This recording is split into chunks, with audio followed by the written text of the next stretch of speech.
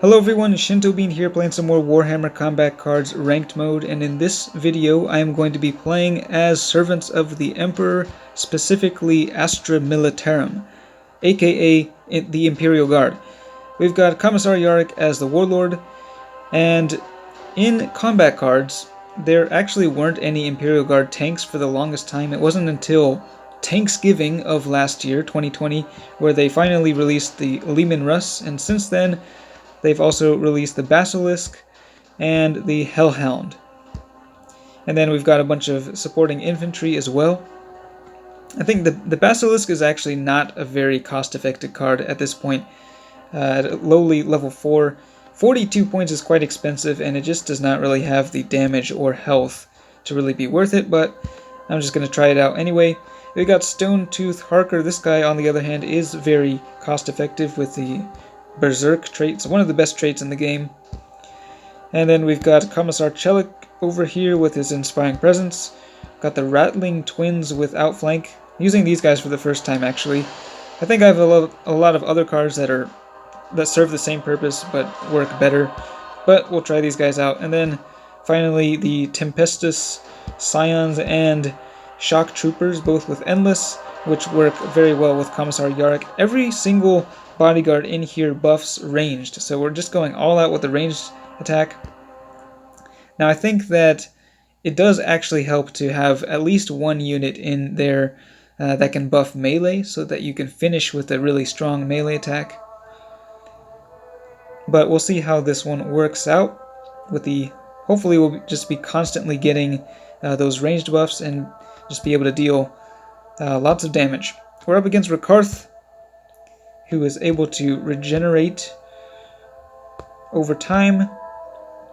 So we'll go ahead and put the Basilisk down at the beginning. Okay, they've got a sniper with target acquired. We'll just put our infantry over across from that.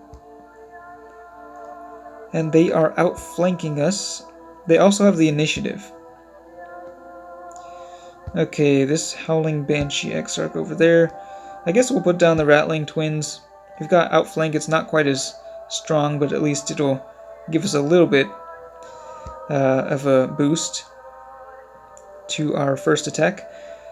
They are focusing all of their melee attacks on the infantry, so taking a lot of damage, but that will boost up our next ranged attack. Barely survives there. Alright, and let's go with the first volley. The Basilisk dealing 60 damage. It has barrage, so it'll be splashing over to the sides, just dealing 6 damage. Not too much, but it's a start. Okay, and they are healing up there. I think I'm actually just going to drop down the Leman Russ here. Blast that Reaver out of the sky with its precision shot. And they are responding with a melee attack. So now the Basilisk is on the right side, which means it's only going to be able to hit the center with the splash damage. Although the Leman Russ definitely has enough damage to take that out, so not the most efficient. Okay, we got the that thing going off, the death blow, dealing some damage there. Yeah, that Basilisk really just does not have very much health at all. Okay, they've got the Succubus, which has Furious Charge. That's going to finish off those twins with the initial attack. And now we're going to be taking some decent damage to our tanks. I think we're just going to move the Basilisk back over to the center, shift everything over, and we'll just put down our Shock Troopers over here. Actually, would have been nice to get Stone Tooth on the field earlier, I think, but he was not showing up. Okay, decent ranged attack, but not enough to actually destroy anything. They will no doubt continue with the melee attacks. And I think later this week we're actually going to have a Drukhari campaign. So, new Warlord as well, dropping, so that's something to keep an eye out for. Alright, they are healing up a bit, and actually I forgot that Rakarth actually benefits from endless units on both sides, because when my guys die, they all just gain more health, so kind of gave myself a little bit of a handicap there, but I think we have enough damage to take these guys down and force out the enemy Warlord.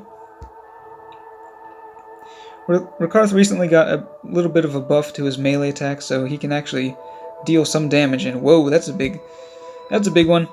The Incarn and then the Solitaire, two very strong units coming out at the end. Will we have enough to take down the Warlord? I'm not so sure. Getting a little bit of a ranged buff there, but with the last unit being destroyed, kind of missing out on that final buff, and they're just gaining lots of health. There's no way we're going to get through either of those flanking bodyguards. We'll just have to focus everything on the Warlord, put down the Hellhound. Alright, so this thing does 85 damage. Ooh, this is not looking good at all. Alright, we'll put this guy over here. Trying to figure out what actually does the most damage. I think we do want Stone Tooth in the center lane. He doesn't deal as much damage as the Hellhound, actually.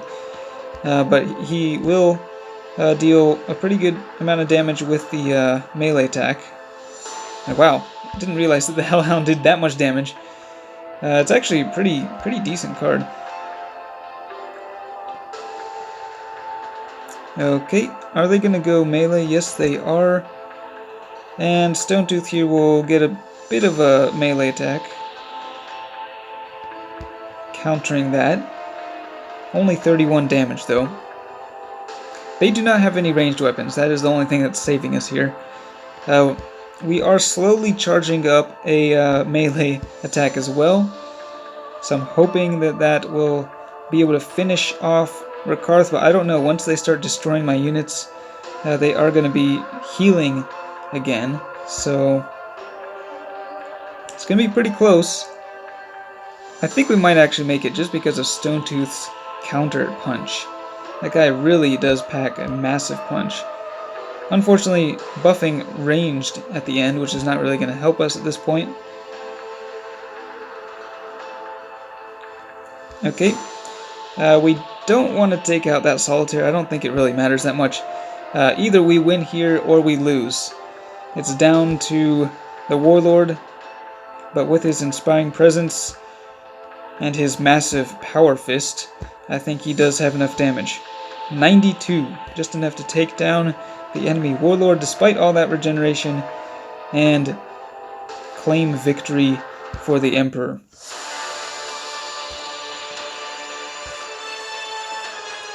So that was a little Imperial Guard action for you. I do like using these tribal decks, just everything with the same, theme. It's pretty fun.